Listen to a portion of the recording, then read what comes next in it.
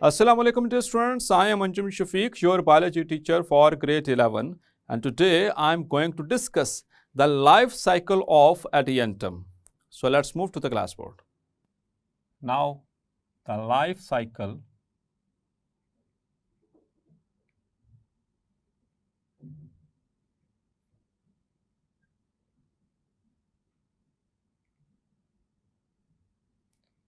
of adiantum.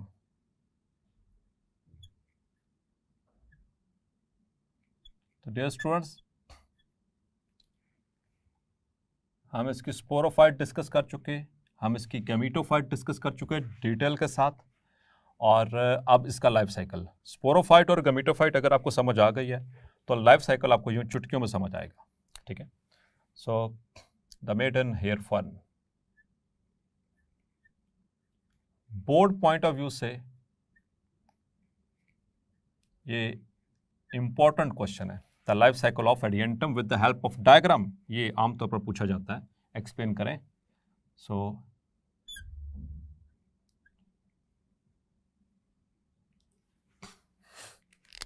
तो start करते हैं हम इसकी स्पोरोफाइट से। ठीक, so here we go.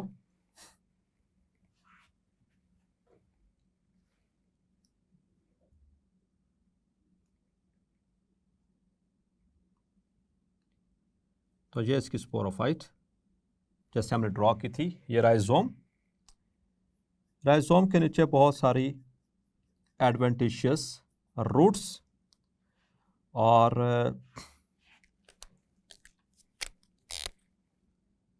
Brown scales, रामेंटा, और फिर ग्रीन लीफ बेसिस दरमियान में मौजूद, उन लीफ बेसिस से लीव्स निकल रहे हैं। ठीक है, इमेच्योर लीव्स और यंग लीव्स जिनको फ्रंट्स कहते हैं, और इनमें से एक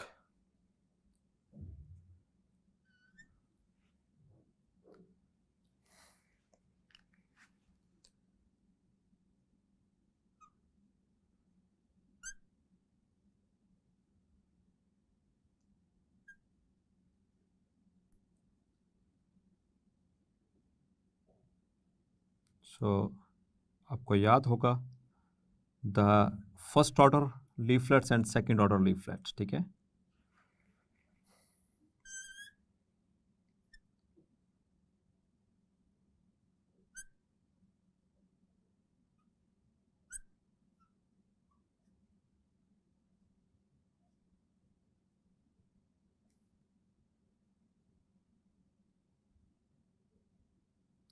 pinnately compound leaves,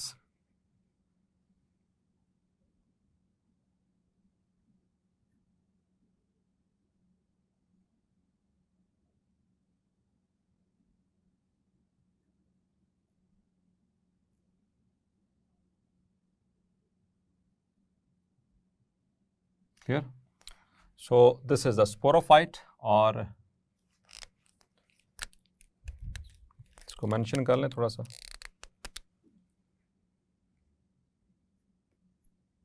The adventitious roots, कौन सी होती है एडवेंटिशियस रूट्स? ऐसे रूट्स जो रेडिकल के अलावा किसी भी हिस्से से निकलें, स्टेम से, लीव से, तो उनको हम एडवेंटिशियस रूट्स कहते हैं। एंड दिस इज राइजोम,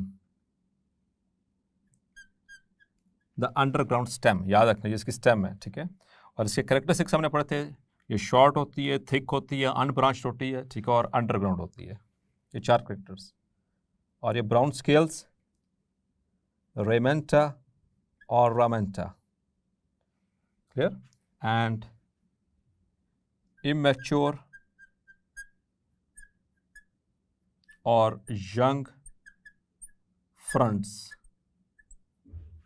और ये रहा मैच्योर, और इसको कहते हैं स्टाइप और स्टॉक, क्लियर?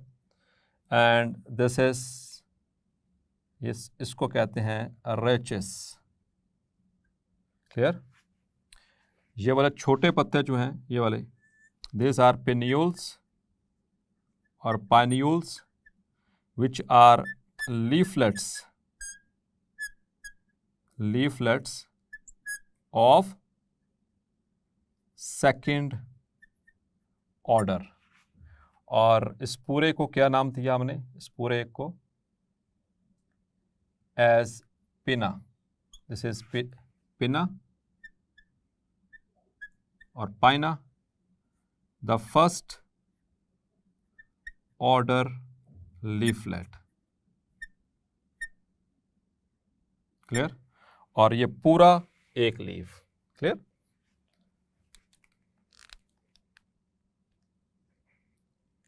और ये लीफ बेसिस. ठीक है, these are leaf bases which are persistent. ठीक है, ये leaf bases, persistent leaf bases. So this is the sporophyte in detail again only for you. और यहाँ से अब हम एक थोड़ा सा हिस्सा इसका निकालेंगे, क्योंकि हमने बात की थी इनके पास फोलियर स्पोरेंजिया होते हैं. ठीक है, फोलियर स्पोरेंजिया कौन से? जो ऐसे स्पोरेंजिया जो फ्रंट्स के साथ अटैच होते हैं. ये फ्रंट्स हैं इनके. ठीक है, इनके तो इनमें से एक हिस्सा लेंगे फ्रंट का.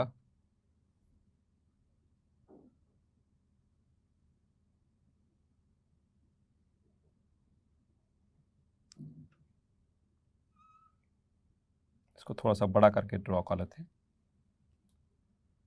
इसको थोड़ा सा बड़ा करके ड्रॉ करते हैं ताकि इसको समझ सकें. और इसके अंदर डायकोटोमस विनेशन बताया था आपको. इन पत्तों के अंदर क्या होती है? डायकोटोमस विनेशन, यानी कि हर वेन 2 ब्रांचेस में डिवाइडेड है. और इसके इन जगहों के ऊपर मौजूद हैं यहाँ पर ये लोब्स. ये कहलाते हैं lobes. These are called as lobes. इस लीफलेट का यानी इसका पिनियोल का ये लोब है, और ये थोड़ा सा अंदर की तरफ मुड़ा होता है, ऐसे रिफ्लेक्स्ड होता है अंदर की तरफ. ठीक है, और यहाँ पर मौजूद होते हैं ग्रुप ऑफ स्पोरेंजिया. यहाँ पर क्या है? They are aligning group of sporangia. तो इस ग्रुप ऑफ स्पोरेंजिया को क्या नाम दिया था dear students? Sori. Clear? So these are sori, यानी ये एक ग्रुप जो है ये कहलाएगा, एक ग्रुप कहलाएगा सोरस, और ये बहुत सारे होते हैं तो इसलिए इसके लिए सोराई. क्लियर? अब इसमें से एक स्पोरेंजियम को हमने निकाल के देखना है. सोरस का एक स्पोरेंजियम, जस्ट वन.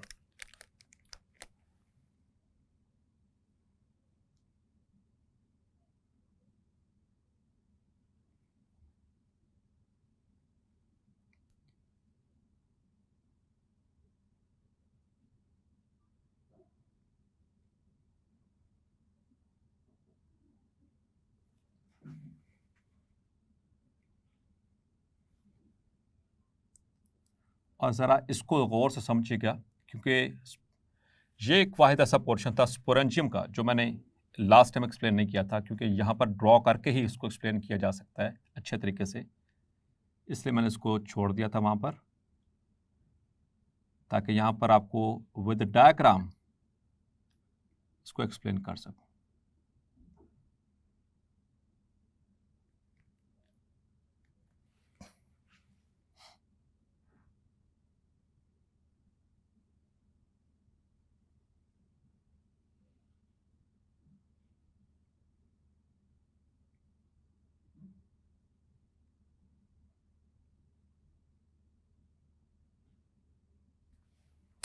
तो डियर स्टूडेंट्स, ये एक स्पोरेंजियम का स्ट्रक्चर है.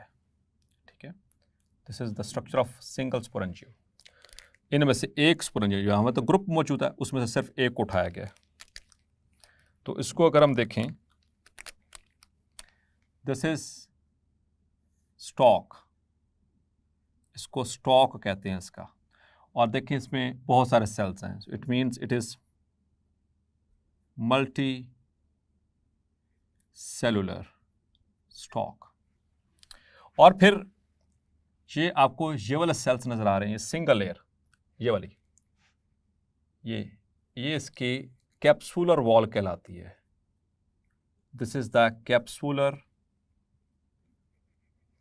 Capsular wall.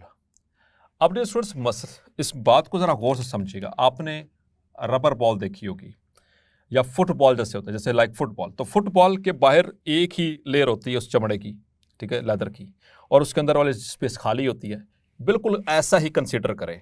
तो बाहर ऊपर फुटबॉल है, फुटबॉल की बाहर वाली लेयर, तो बाहर वाली जो उसकी लेयर है वो ही कहलाती है कैप्सुलर वॉल। कैप्सुलर वॉल कौन सी है? जो बाहर उसके लेयर है उसको कैप्सुलर वॉल कहते हैं, और वो सिंगल सेल है, ठीक है, एक ही सेल से बनी होती है। ये इसकी स्पोरेंजियम की, इट इज सिंगल सेल, और इसके जो सेल्स होते हैं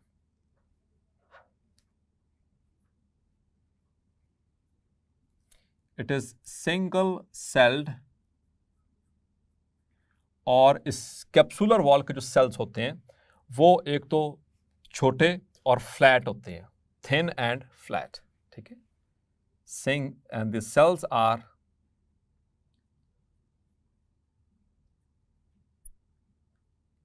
थिन एंड फ्लैट। तो ऐसे जैसे बॉल से बाहर, ये बाहर देख रहे हैं, ये लेट्स सपोज के बॉल है, ये स्पोरेंजियम है, तो बाहर सिर्फ एक लेयर है, अंदर से खाली। तो अंदर से ये खाली नहीं है, अंदर इसके स्पोर्स मौजूद है। इसके अंदर क्या होते हैं? स्पोर्स होते हैं। बाहर से ये ऊपर कवर है, ठीक है। कैप्सुलर वॉल क्या होगी? इसकी कवर को कहेंगे, और वो एक ही सेल लेयर से बना हुआ है।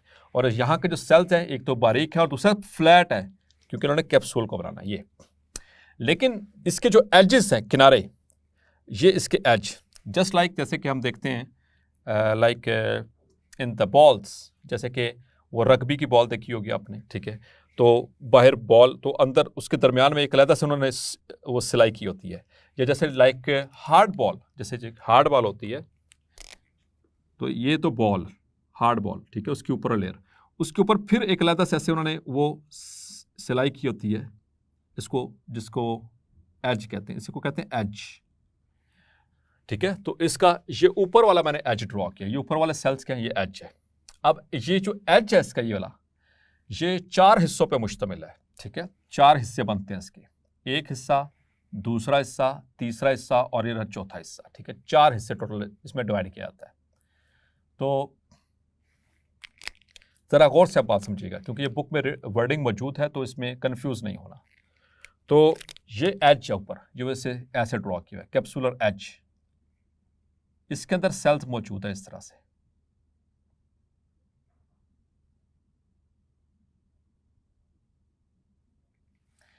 अब इसको मैं थोड़ा सा यहां पर समझाऊंगा। ये देखिएगा,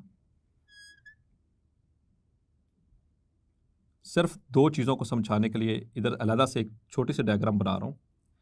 तो ये अंदर ये सारी इसकी कैप्सुलर वॉल, और उसके ऊपर ये इसका कैप्सुलर एज।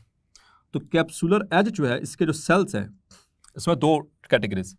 ये वाला हिस्सा इसका कहलाता है स्टोमियम, और बाकी का ये हिस्सा कहलाता है एनुलस। ये वाला गोल वाला, ये हिस्सा क्या कहलाता है? एनुलस। अच्छा, यहां के सेल्स किस तरह से पड़े हुए हैं ये देखिएगा प्लीज।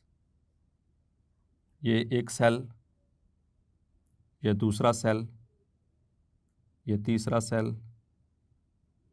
ये चौथा सेल, ये 5वां सेल। लेट सपोज कि इस तरह से ये अरेंज्ड है। ये मैं सिर्फ 2 वर्ड उसमें इस्तेमाल हुए हैं कैप्सुलर एज में, उनको समझाने के लिए ये ड्रॉ कर रहा हूं। ये इसका मल्टी सेलुलर स्टॉक, ठीक है। तो ये इसका वो एज, कैप्सुलर एज। तो कैप्सुलर एज का ये जो हिस्सा है स्टोमियम, ये है 1/4, ये 1/4 हिस्सा। और बाकी का बाहर वाला ये सारा क्या कहलाता है? This is annulus, this is annulus. ये है 3/4, ठीक है। 3 हिस्से ये, 1 हिस्सा वो। अब इसके जो सेल्स हैं, उनकी रेडियल वॉल्स और इनर वॉल्स थिक होती हैं। ये वर्ड इस्तेमाल हुआ है कि कैप्सुलर एज में जो एनुलस है, द एनुलस की जो रेडियल और इनर वॉल्स ये थिक होती हैं। देखिएगा कहां से, ये रेडियल है, ये रेडियल वॉल, ये रेडियल वॉल, ये सारी जो मैं ड्रॉ करूं, ये इसकी सारी रेडियल वॉल्स ये थिकन्ड होती हैं। और दूसरा कौन सी थिक है? Inner walls. ये नीचे वाली ये वाली इनर वॉल्स। तो ये कॉन्सेप्ट क्लियर हुआ। ये इन सेल्स की इनर वॉल्स अंदर वाली साइड पे, और ये दो सेल्स के दरमियान वाली हैं ये रेडियल वॉल्स हैं। इसको मैं मेंशन कर दूं ताकि आपको याद रह जाए। ये रही इसकी रेडियल वॉल और ये वाली इसकी इनर वॉल। तो ये दोनों क्या थिक हैं? किसकी थिक हैं? एनुलस की। जबकि स्टोमियम इसकी थिन है, ये थिन वॉल्ड है, इसकी वॉल्स थिन है, बारीक है। तो अब इसको मैं यहां पर ड्रॉ करने लगा। तो ये रही रेडियल वॉल्स थिक। पहले तो रेडियल वॉल्स को मैं थिक बना रहा हूं, ये रेडियल वॉल्स सेल्स की। और अब इनर वॉल्स, ये अंदर वाली साइड से भी ये थिक है, ये इनर वॉल इसकी, ये थिक होगी। क्लियर? अब बात आपको समझ आ गई। ये आउटर वॉल थिक नहीं है, outer wall as it is है, ये इनर और radial wall thick and. Clear? और ये वाला हिस्सा इसका, दिस इज स्टोमियम। स्टोमियम जो कि 1/4 हिस्सा, और ये वाला ऊपर वाला सारा ये जो गोल है ये एनुलस जो कि 3/4 हिस्सा, 3/4। क्लियर? और इस स्टॉक के साथ आता है। और इसके अंदर क्या मौजूद है? और इसके अंदर क्या मौजूद है? The spores. ये स्पोरेंजियम के अंदर स्पोर्स। तो स्पोर्स जब ये रप्चर करेगा, अब होगा क्या? रप्चरिंग किस तरह से? जब ड्राई सीजन आता है तो अल्लाह ताला ने इसकी इनर वॉल इसलिए थिक बनाई और इसको थिन इसलिए में। स्टोमा कैसे कहते हैं? स्टोमा का मतलब ओपनिंग है, मुंह। तो इसको ये मुंह की तरह है, इसलिए इसको स्टोमियम कहा गया। तो ये अंदर वाली वॉल्स और रेडियल वॉल थिक इसलिए बनाई कि जब ड्राई सीजन आएगा तो जब ये कॉन्ट्रैक्ट करेगा ऐसे, ये कॉन्ट्रैक्ट कैसे पीछे को खींचेगा, क्योंकि ये थिन वॉल्ड है, ये जो स्टोमियम है, तो ये इसके सेल्स फट जाएंगे, रप्चर कर जाएंगे, जबकि इसके सेल्स रप्चर नहीं करेंगे। ठीक है? और ये क्या रिलीज करेंगे? स्पोर्स। इनके अंदर मौजूद होंगे स्पोर्स। तो ये रप्चर कर चुका है। ठीक है? ये अंदर वाली वॉल इसकी थिक वॉल, और ये रेडियल वॉल्स। ये किसको मैंने ड्रॉ किया? एनुलस को। और स्टोमियम फट चुका, ये स्टॉक। और अब इसमें से रिलीज क्या हो रहे हैं? स्पोर्स। तो स्पोर्स प्रोड्यूस कहां से हुए? स्पोर मदर सेल से जो कि डिप्लॉयड था, उसके अंदर क्या हुई? मियोसिस। तो उससे ये स्पोर्स प्रोड्यूस हुए जो कि है हैप्लॉइड। और जब ये स्पोर्स गिरेंगे सुटेबल प्लेस के ऊपर, वहां पर टेम्परेचर सुटेबल मिलेगा, मिट्टी अच्छी होगी, कंडीशंस फेवरेबल होंगी, तो ये spores they will germinate into prothallus, means the gametophyte. ये गैमेटोफाइट में तब्दील हो जाएंगे, उसमें ग्रो कर जाएंगे। ये गैमेटोफाइट की राइजाइड्स, यूनिसेलुलर राइजाइड्स, यहां पर मौजूद एपिकल नॉच के पास ये जो क्या है? आर्चिगोनियम, और यहां पर एंथीरेडियम। ठीक है? सो दिस इज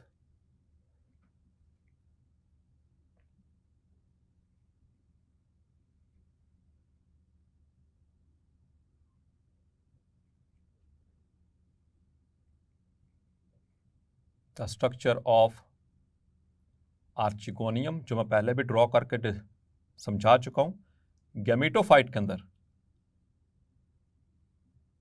ठीक है? ये इसका थैलस, ये वेंटर, और ये आगे नेक। और वेंटर के अंदर मौजूद है, और वेंटर के अंदर मौजूद है एग सेल। ठीक है? और इसी तरह से दिस इज एंथीरेडियम, ये इसी तरह से होगा। और इसके अंदर मौजूद हैं स्पर्म सेल्स जो कि स्पाइरल शेप्ड हैं और मल्टीसेलिएटेड हैं। ठीक है? तो ये ट्रेवल करके पहुंचेगा यहां पर, और अल्टीमेटली बनेगा जाइगोट।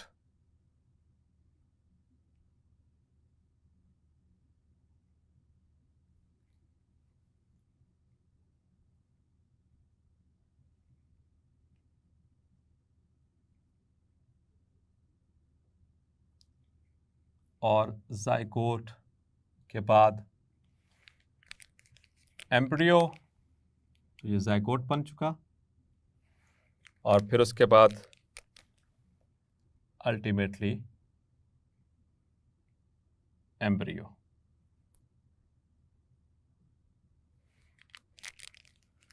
और इसके अंदर अब होंगी माइटोटिक डिविजन्स।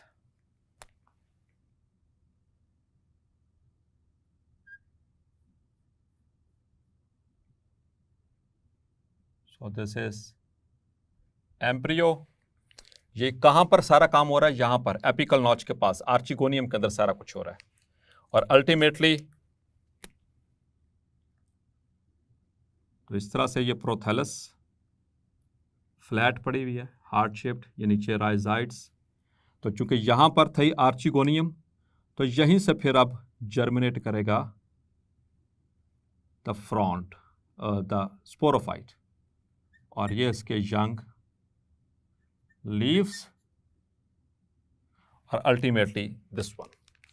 तो आइए इसको मुकम्मल करते हैं। तो यहां से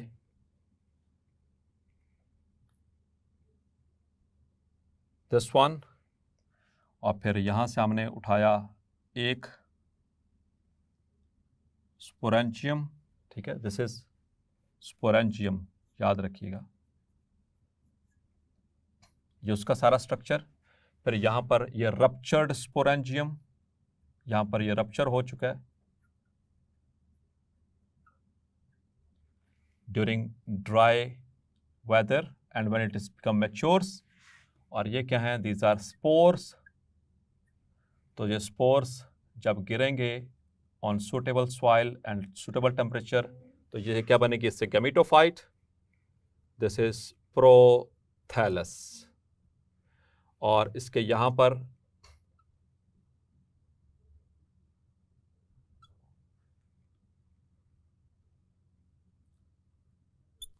सो एपिकल नॉच, और दिस इज आर्चिगोनियम, ये आर्चिगोनियम, और ये एंथीरिडियम। उसके अंदर ये मौजूद है oosphere, मतलब कि एग सेल, और ये रहे स्पर्म्स। स्पर्म्स वाटर के जरिए स्विम करते हुए पहुंचेंगे यहां पर, और उससे क्या बन जाएगा? Zygote. It will form, this is zygote. Zygote के अंदर क्या होंगी? Mitotic divisions, and it will form embryo. और एम्ब्रियो जब मजीद डेवलप होगा तो उससे बनेंगी, दिस इज एपिकल नॉच, और ये रही यंग स्पोरोफाइट।